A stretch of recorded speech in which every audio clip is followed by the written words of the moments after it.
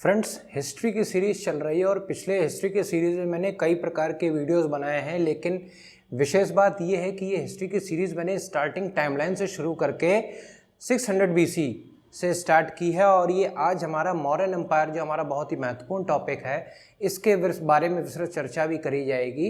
लेकिन इससे पहले अगर आप चैनल पर नए हैं तो आप प्लीज़ इसको सब्सक्राइब कर लीजिए और इस वीडियो को शेयर भी कर दीजिएगा ताकि आपके सहपाठियों को इसका लाभ मिल सके। तो दोस्तों, ज्ञान प्लैनेट चैनल में आपका स्वागत है। चलिए शुरू करते हैं।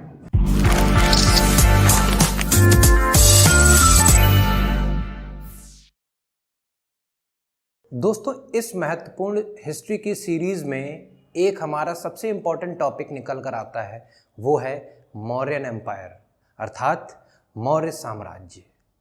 मौर्य साम्राज्य में बहुत सारे ऐसे राजा हुए हैं और बहुत सारे उनके ऐसे क्रियाकलाप हैं जिनके बारे में यूपीएससी, एसएससी और यूपीपीएससी जैसे विभिन्न कंपटीशन एग्जाम्स में भी क्वेश्चंस पूछे जाते हैं।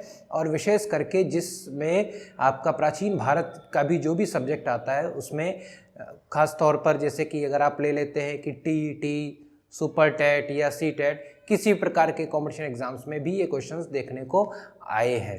तो दोस्तों, आज जब हम मौर्य साम्राज्य की स्थापना के बारे में सबसे पहले पढ़ते हैं, लेकिन उससे पहले जरा टाइमलाइन के ऊपर नज़र डाल लेते हैं। मैंने आपको बताया था कि जो रेफरेंस पॉइंट टाइमलाइन का होता है वो होता है 0 से 1। ये जो रेफरेंस टाइम होता है 0 से 1, इसको बोलते हैं क्राइस्ट एरा। ठीक है ना, इसको हम लोग कॉमन एरा या क्राइस्ट एरा भी बोल देते हैं। और इससे पहले की जो भी चीज़ होगी वो बिफोर क्राइस्ट आएगी, अर्थात ईसा मसीह के जन्म से पूर्व, अर्थात ईसा पूर्व। ये मैंने आपको पूरा वीडियो बना के दे दिया है। आप प्लीज़ इस आई बटन क्लिक करके इस वीडियो को जरूर देखें जाकर। तो दोस्तों, जब हम बात करते हैं मौर्य साम्राज्य की, तो ये हमारा मौर्य साम्राज्य जो है वो 322 बीसी से लेकर 185 बीसी तक है।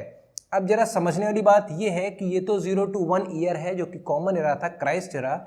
इससे पहले जब हम बढ़ेंगे पीछे, पहला साल, दूसरा साल, 10 साल, 20 साल, 50 साल, तो यहाँ पर आएगा 185 बीसी। और इसके बाद और जब बढ़ेंगे तो यहाँ पर कहीं पर आएगा 322 बीसी। ये बिफोर क्राइस्ट ही चल रहा है। तो ये बहुत पहले कहीं शुरुआत हुई थी, अर्थात मौर्य साम्राज्य 322 में ईसा पूर्व में चला और इसका शासनकाल होते होते धीमे धीमे जीसस क्राइस्ट के नज़दीक आता गया और ये 185 पर आकर ख़त्म हो गया। तो टाइमलाइन समझनी आपके लिए बहुत ज़रूरी होती है और मैंने हर वीडियो टाइमलाइन के बेस पर ही बनाया है। आप प्लीज़ ज़रूर इन सब वीडियोस को जाकर देखें। तो 322 बीसी से 185 बीसी तक मौर्य साम्राज्य की स्थापना और अंत रहा।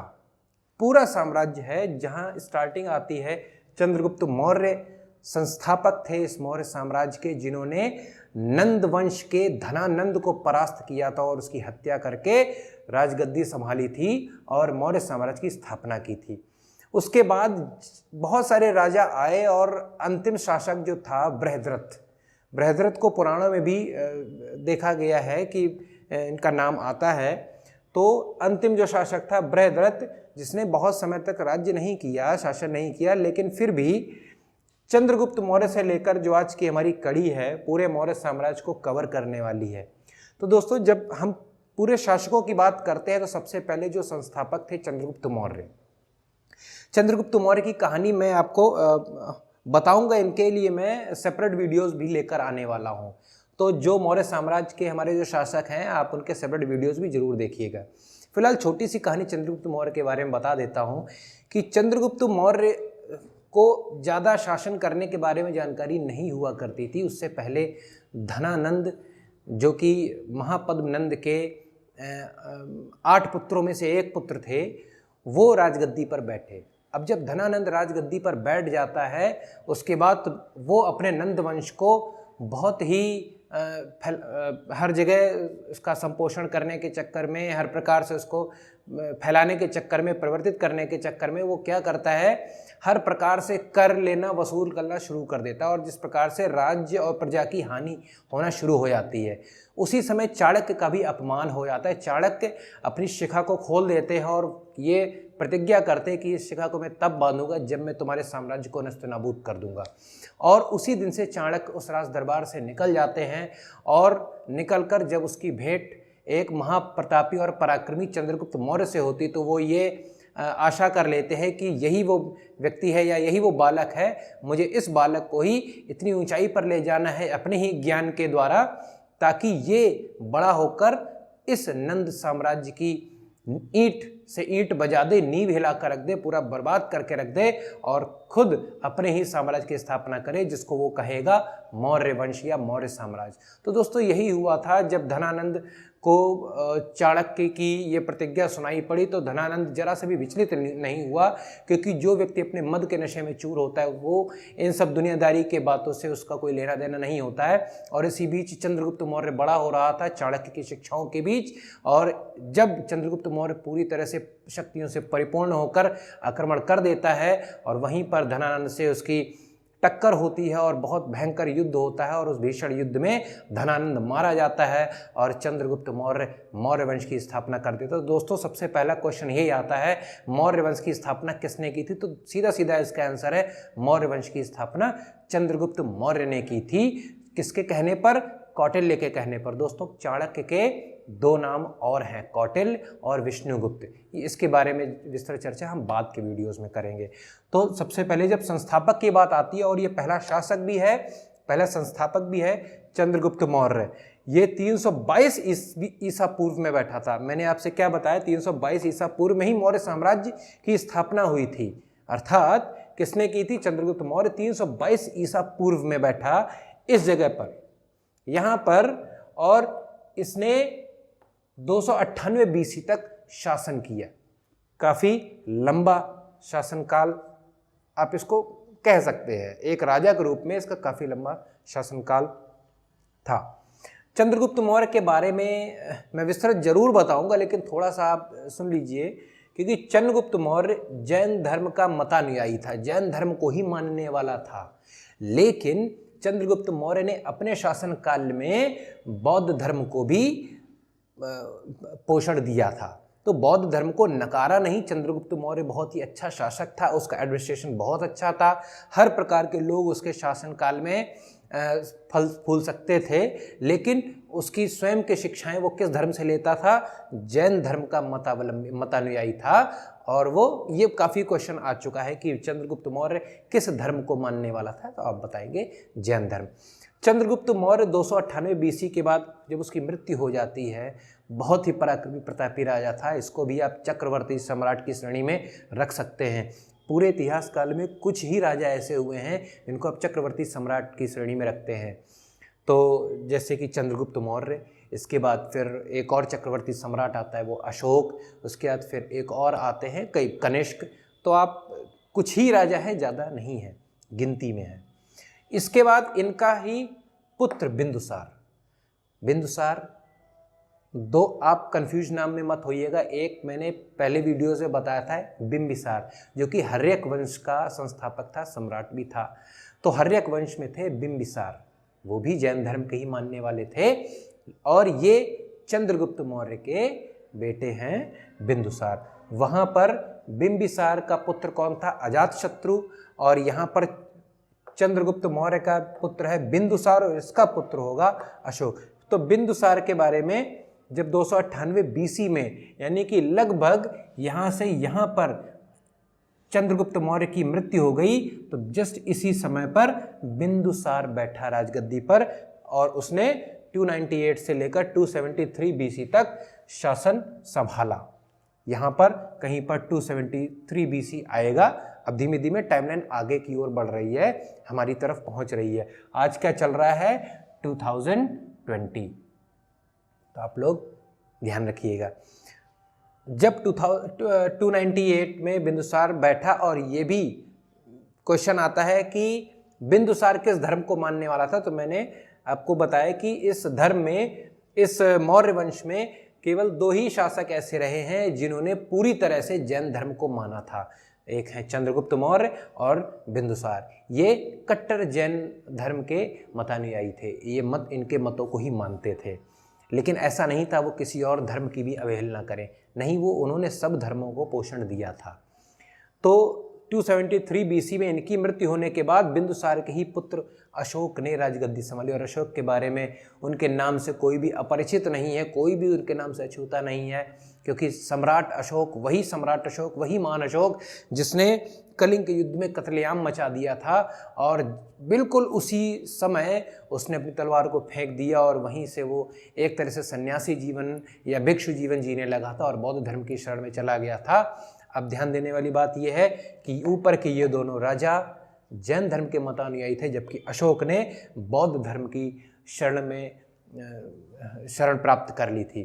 तो अशोक का शासनकाल बहुत ज़्यादा तो नहीं रहा, लेकिन बहुत अच्छा रहा क्योंकि उसने अपने शासनकाल में बहुत अच्छी चीज़ों को पोषण दिया था और हर प्रकार की कलाएं, हर प्रकार के जो लोग थे अशोक के दरबार में आ जा सकते थे। तो कुल मिलाकर चंद्रगुप्त मौर्य के बाद जो सबसे महान सम्राट के नाम की जो पदवी दी जा सकती है वो अशोका को दी जा सकती है, इसीलिए अशोक को महान अशोक भी कहा जाता है। तो दोस्तों 273 बीसी से उसने राजगद्दी को संभाला। उसके बाद केवल उसने 8 से 9 वर्षों में ही जो कुछ करना था शासनकाल किया और 232 बीसी तक जाकर वो उसकी मृत्यु हो गई थी। और यहाँ पर 232 के बाद कुणाल उसका पुत्र राजगद्दी पर बैठता है और 232 बीसी से 228 बीसी तक, अर्थात केवल 4 साल तक। तब देखिए अशोक यहाँ का केवल मेन राजा था, केवल मेन राजा रहे हैं 1, 2 और 3। मौर्य वंश की नींव बनाने में और नींव को सजाने में केवल इन्हीं 3 राजाओं का हाथ रहा है। हालांकि और सभी राजाओं ने उस नींव को संभाले तो रखा, लेकिन कुछ ज़्यादा विस्तार नहीं कर पाए थे मौर्य वंश का। लेकिन फिर भी मौर्य वंश काफ़ी बड़ा वंश था और काफ़ी शक्तिशाली वंश बन के सामने आया था। अशोक के ही पुत्र कुणाल ने राजगद्दी को संभाला था और वो 232 ईसा पूर्व में अर्थात बीसी में बैठे थे। 228 बीसी तक उन्होंने राजगद्दी को संभाला और राज व्यवस्था को देख रेख में रखा, निगरानी में रखा, ज़्यादा बढ़ाने के पक्ष में नहीं रहे। उसके बाद कुणाल के पुत्र दशरथ, दोस्तों ये वो दशरथ नहीं है जिनको आप राम के पिता के रूप में जानते हैं। भगवान श्री राम के पिता के रूप में हम लोग दशरथ जो कि सूर्यवंशी थे, इक्ष्वाकुवंशी दशरथ, वो जानते हैं। लेकिन यहाँ पर ये दशरथ मौर्य हैं। फेसबुक पर बहुत सारी ऐसी भ्रामक जानकारियाँ आती रहती हैं कि यही वो दशरथ है जो मौर्य वंशकालीन में रहे। लेकिन दोस्तों इससे आप बिल्कुल मत रहिएगा, क्योंकि इतिहासकारों के अगर माने तो इतिहासकारों ने हर चीज़ को पूरी तरह से टाइमलाइंस में बांटा है और इतिहासकार अभी भी महाभारत काल की खोज करने में लगे हुए हैं, रामायण काल की खोज करने में लगे हुए हैं। जब तक हमारे पास पूरे सबूत रिटन फॉर्म में नहीं आ जाते हैं तब तक हम लोगों को नामों में कन्फ्यूजन एटलीस्ट नहीं होना चाहिए। दशरथ मौर्य हैं और ये दशरथ मौर्य 228 बीसी पे कुणाल की मृत्यु के बाद बैठे थे और इन्होंने भी 4 साल तक ही शासन कार्य संभाला था। और जब 224 बीसी में इनकी मृत्यु हो गई, दशरथ की मृत्यु हो गई, तो अब आपके दिमाग में क्या आ रहा होगा? दशरथ के पुत्र संप्रति। लेकिन गलत है, आप ये दिमाग में मत लाइए। कुणाल के 2 बेटे थे, दशरथ और संप्रति। तो दशरथ और संप्रति भाई हैं। तो जब एक भाई की मृत्यु हो जाती है तो उसको दूसरा भाई अर्थात संप्रति राजगद्दी को संभालता है और ये 224 बीसी से 215 बीसी तक शासन कार्य को संभालता है और राजकाज को आगे बढ़ाता है। उसके बाद इस शालिसुख, देववर्मन, उन्हीं के पुत्र होते हुए हम सबसे नीचे तक पहुंच जाते हैं, वो है बृहद्रथ। बृहद्रथ 187 बीसी पर राजगद्दी पर बैठता है और केवल 185 बीसी तक ही वो शासन कार्य करता है। इसके बाद की कहानी शुंग वंश में कन्वर्ट हो जाती है, क्योंकि जो बृहद्रथ जो कि आखिरी मौर्य साम्राज्य का आखिरी शासक था, आखिरी राजा था, आखिरी सम्राट था, उसके सेना में एक सेनापति था जिसका नाम था पुष्यमित्र शुंग। उसका नाम था पुष्यमित्र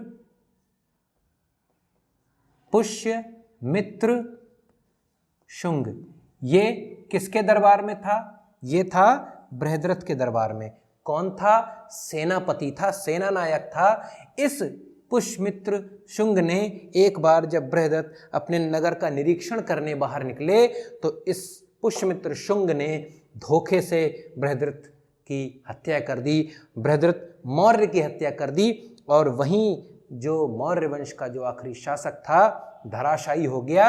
लेकिन उस समय शुंग वंश अपने संस्थापना के ऊपर आ गया, अर्थात शुंग वंश की स्थापना कर दी गई। तो जब आपसे क्वेश्चन पूछा जाएगा शुंग वंश का संस्थापक कौन था, तो आपका आंसर होगा पुष्यमित्र शुंग। इसके बाद की जो डायनेस्टीज में पढ़ाऊंगा, जो वंश पढ़ाऊंगा, उसमें ये शुंग वंश भी आएगा। दोस्तों, बृहदत्त आखिरी राजा था और इसकी धोखे से हत्या की गई थी। किसने बृहदत्त की हत्या की थी? उसी के सेनापति ने, जो कि जिसका नाम था पुष्यमित्र शुंग, और उसने किस वंश की स्थापना की? उसने शुंग वंश की स्थापना की थी। दोस्तों, ये हमारे मौर्य साम्राज्य में 10 राजा रहे हैं। इन 10 राजाओं के बारे में जो सबसे ज़्यादा राजा एग्जाम्स में पूछे जाते हैं, इनके बारे में, जो इनके जीवन काल के बारे में पूछा जाता है, वो है चंद्रगुप्त मौर्य, बिंदुसार, अशोक। इन राजाओं के बारे में ना ही कोई अधिकतर जानकारी आपको मिलती है किसी भी किताब में, ना ही आपको विकिपीडिया पर, इंटरनेट पर बहुत ज़्यादा खोज करने के बाद ही इनकी जानकारी मिलती है। तो दोस्तों, एसएससी इस प्रकार के क्वेश्चंस को नहीं पूछता है, या तो इसकी जानकारी ना हो, या यदि जानकारी हो और थोड़ी कंफ्यूजिंग हो तो एसएससी या यूपीएससी या यूपी टेट के पेपर्स में इस प्रकार के क्वेश्चंस नहीं पूछे जाते हैं, क्योंकि उनको पता है कि ये क्वेश्चंस कोर्ट केस में होकर ये बेकार हो जाएंगे, तो इसको पूछना बेकार हो जाता है। तो आपको केवल इन 3 लोगों के बारे में पढ़ना है। अब देखिए, मौर्य साम्राज्य 322 से 185 बीसी तक है, लेकिन पढ़ना केवल आपको इन 3 राजाओं के बारे में है, जिसके लिए मैं हर राजा के लिए सेपरेट वीडियोस बनाकर लाने वाला हूं। आप हमारे साथ ट्यून इन रहिएगा। अब इसी मौर्य साम्राज्य के अंतर्गत जब कौटिल्य थे, कौटिल्य अर्थात चाणक्य जब तक प्रधानमंत्री और जो सेना को या चंद्रगुप्त मौर्य और अशोक को सलाह देने वाले रहे, उन्होंने बहुत सारे ऐसे कार्य किए, बहुत सारे ऐसी सलाहें दी कि जिससे राज्य का जो एडमिनिस्ट्रेशन है, जो शासन है, अति उत्तम प्रकार से चलता रहे। तो कौटिल्य ने अर्थात चाणक्य अर्थात विष्णुगुप्त ने चंद्रगुप्त मौर्य के दरबार में सप्तांग सिद्धांत की रचना की थी। क्या कहता है सप्तांग सिद्धांत? सप्तांग सिद्धांत के अनुसार कौटिल्य ने यह बताया कि किसी भी राज्य को अच्छे प्रकार से एडमिनिस्टर करने के लिए, प्रशासनिक जो चीज़ें हैं उन पर कारगर तरीके से लागू करने के लिए और उसको अच्छे से संभालने के लिए हमारे पास 7 अंग हैं। जिस प्रकार से एक शरीर में 7 अंग हैं, जिसके बिना कोई एक अंग यदि कार्य ना करे तो शायद पूरा शरीर बेकार हो जाएगा, उसी प्रकार से एक राज्य को भी हम 7 अंगों में विभक्त कर देते हैं और वो 7 अंग के सिद्धांत को ही उन्होंने सप्तांग सिद्धांत बताया, अर्थात 7 अंगों का सिद्धांत। किसके द्वारा दिया गया है? कौटिल्य के द्वारा। कौटिल्य किसका नाम है? चाणक्य का नाम है। अब उन्होंने सप्तांग सिद्धांत में क्या बताया? दोस्तों, ये यूपीपीएससी में भी क्वेश्चन पूछा गया था, सप्तांग सिद्धांत में जो अंतिम जो अंग है उसका क्या नाम है? तो दोस्तों, वो है मित्र, अर्थात वो जिस प्रकार से कान होता है शरीर में, उसी प्रकार से यहाँ पर मित्र की संज्ञा दी गई है। तो क्या होता है, मैं सप्तांग सिद्धांत को पूरी तरह से आपको बताऊंगा। राजा, एक राज्य के लिए राजा एक बॉडी के सिर के बराबर है। सिर सबसे ऊपर होता है और सिर सबसे महत्वपूर्ण भी होता है। सिर सबसे ऊपर होते ही वो अपनी पूरी राजा और प्रजा को ऊपर से देख सकता है, किसको क्या कष्ट है, कहाँ पर क्या हो रहा है, क्या अव्यवस्था और क्या व्यवस्था है, वो पूरी तरह से देखकर उसके बारे में अच्छे निर्णय ले सकता है। इसीलिए कौटिल्य ने राजा को सिर के बराबर कहा है, सिर की उपमा दी है। और अमात्य अर्थात जो भी आपका जो प्रधानमंत्री होता है, जो मुख्यमंत्री होता है, जो आपके दरबार का जो सबसे उच्च वर्ग का जो मंत्री होता है, उसको आंख की संज्ञा दी है। उस सिर की आंख बनकर वो अमात्य आपको निर्णय लेने में सहायता प्रदान करेगा। तो कौटिल्य ने इसको दूसरे नंबर पर रखा है। अब उसके बाद जनपद, जिस जनपद को उस समय क्या होता था, उस समय 16 महाजनपद हुआ करते थे। तो आप जिस जनपद को भी संभाल रहे हैं वो जनपद आपकी जंघाओं का कार्य करता है, अर्थात उसी जनपद को आपको पूरी तरह से सुसज्जित करके रखना है, हर प्रकार के सुख सुविधाओं से, हर प्रकार के अस्त्र शस्त्र सैनिक बलों से। और यदि आपका जनपद अच्छे प्रकार से परिपूर्ण होगा तो आप बहुत ही अच्छे प्रकार के प्रशासक कहे जाएंगे। अर्थात आपका असली काम क्या होता है? अच्छे प्रशासक का असली कार्य यही होता है कि वो अपने जनपद को सुव्यवस्थित ढंग से सुचारू रूप से चलाए। तो जनपद को जंघा के बराबर दिए, क्योंकि पूरा जो आपका शरीर है इन्हीं जांघों के ऊपर, इन्हीं पैरों के ऊपर, बलशाली पैरों के ऊपर खड़ा हो सकता है। तो जनपद को जंघा की संज्ञा दी गई है। दुर्ग को बाहों की संज्ञा दी। जिस किले में, जिस दुर्ग में आप रहते हैं, यदि वही दुर्ग आपके कमज़ोर होगा तो आप किस प्रकार से अपने जनपद को, अपनी प्रजा को देख पाएंगे। दुर्ग को आपके बाजुओं की संज्ञा दी है। यदि आपकी बाहें ही कमज़ोर होंगी तो किस प्रकार से आप प्रजा को समेट पाएंगे अपने में। इसीलिए दुर्ग को बाह की संज्ञा दी है। और कोष को मुख की संज्ञा दी गई है। प्रजा को कोई भी परेशानी होती है तो राजा क्या करता है? अपने कोष का, अपने खजाने का मुख खोल देता है। तो कोष के अंदर सब कुछ समाहित है। तो सब कुछ समाहित हम किस प्रकार से करते हैं? हम लोग मुंह से सब कुछ समाहित अपने पेट में कर लेते हैं। तो मुख को कोष की संज्ञा दी गई है। कोष अर्थात मुख। अगला है दंड, बल, सेना। इन तीनों चीज़ों को मस्तिष्क के बराबर समतुल्य रखा गया, क्योंकि यही तीन चीज़ें जो होंगी वो आपको आपके एडमिनिस्ट्रेशन करने में सबसे महत्वपूर्ण भूमिका भी निभाएंगे। क्योंकि राजा यहाँ पर बैठकर अपने प्रजा को देख तो सकता है, लेकिन युद्ध में मस्तिष्क का प्रयोग जरूरी है। और मस्तिष्क किसको संज्ञा दी गई है? दंड, बल और सेना को। अगला आता है मित्र। बहुत ही महत्वपूर्ण है, पेपर में आ चुका है, मैंने बताया है। मित्र को कान की संज्ञा दी गई। आपके यदि मित्र हैं, मित्र अर्थात जो सच्चे मित्रों की मैं बात कर रहा हूँ, जो सच्चे मित्र होते हैं वो आपको हर प्रकार छोटी से छोटी बात, कौन क्या कह रहा है, कौन कैसे कह रहा है, किसके बारे में क्या प्रपंच रचा गया है, वो आपको कानों कान खबर दे सकता है। तो अगर आपके राज्य में, अगर आपके पास में, अगर आपके घर में, अगर आपके सोसाइटी में अच्छे मित्र हैं आपसे जुड़े हुए, रिलेटेड, तो आपको कोई भी शत्रु हानि नहीं पहुंचा सकता है। यदि आप अच्छे मित्रों से घिरे हैं तो कोई भी शत्रु आपको हानि नहीं पहुंचाएगा। तो कौटिल्य ने यही बात चंद्रगुप्त मौर्य को भी समझाई, यही बात अपने काल में जितने भी राजा हुए उन सबको समझाई, और इस प्रकार से इस किताब की रचना की। इसको उन्होंने बोला सप्तांग सिद्धांत। अब मौर्य प्रांत की बात आती है।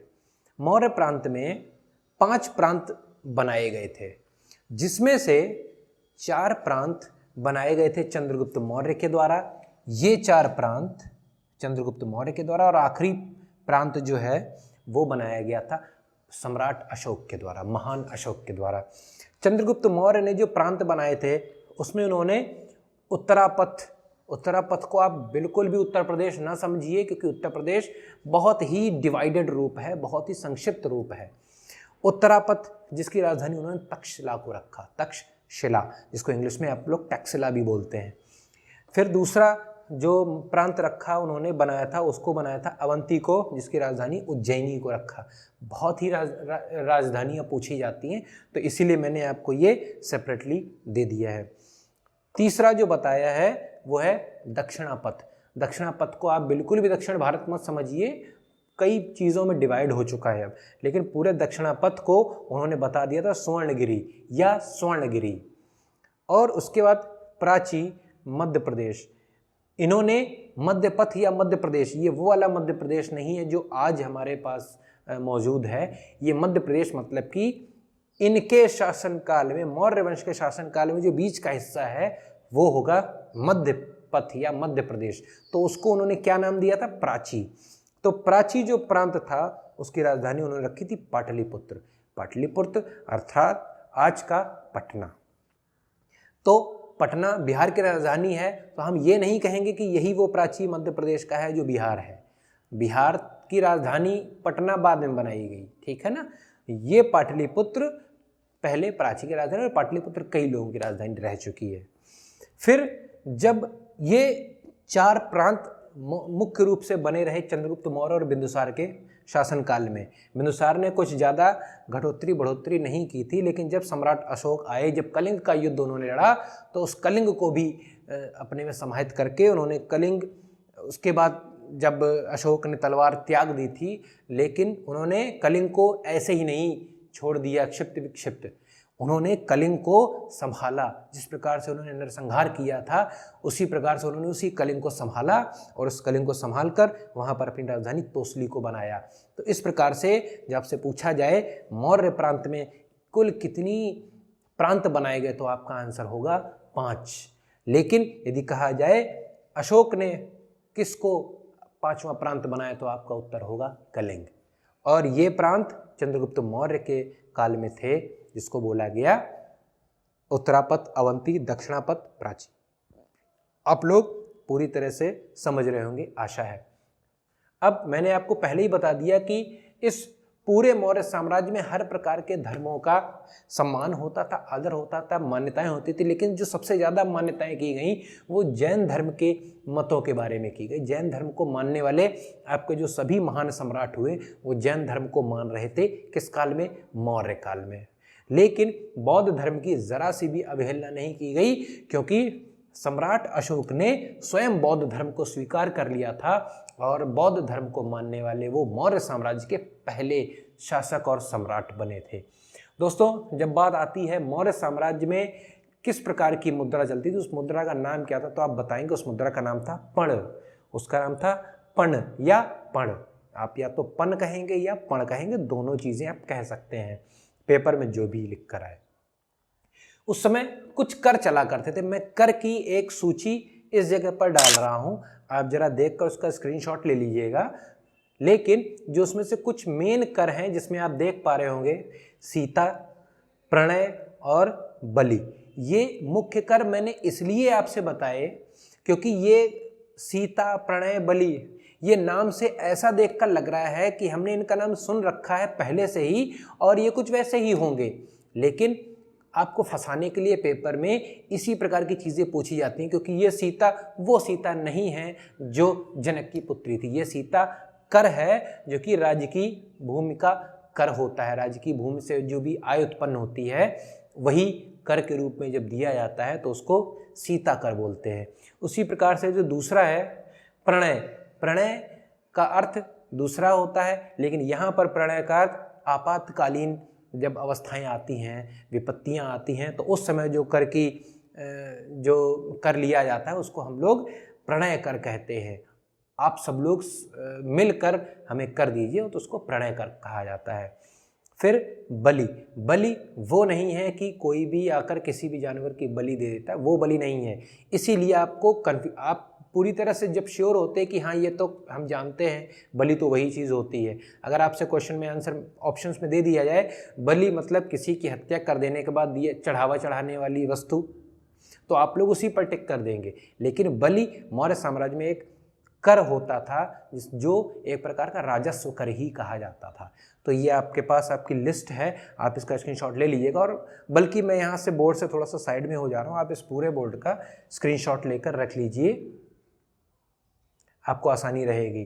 तो दोस्तों ये मौर्य साम्राज्य का एक ओवरव्यू है, लेकिन मुझे अभी इन तीनों राजाओं के बारे में आपको विस्तृत रूप से बताना है और मैं उसके लिए एक नया वीडियो अलग से, मैं हर राजा के लिए अलग अलग वीडियोस लेकर आऊँगा। आप हमारे साथ ऐसे ट्यूनिंग बने रहिए। आप इस वीडियो को जल्दी से जल्दी शेयर कर दिए, अच्छा लगा हो तो लाइक ज़रूर कर दीजिएगा। तब तक के लिए धन्यवाद, आपका दिन शुभ हो।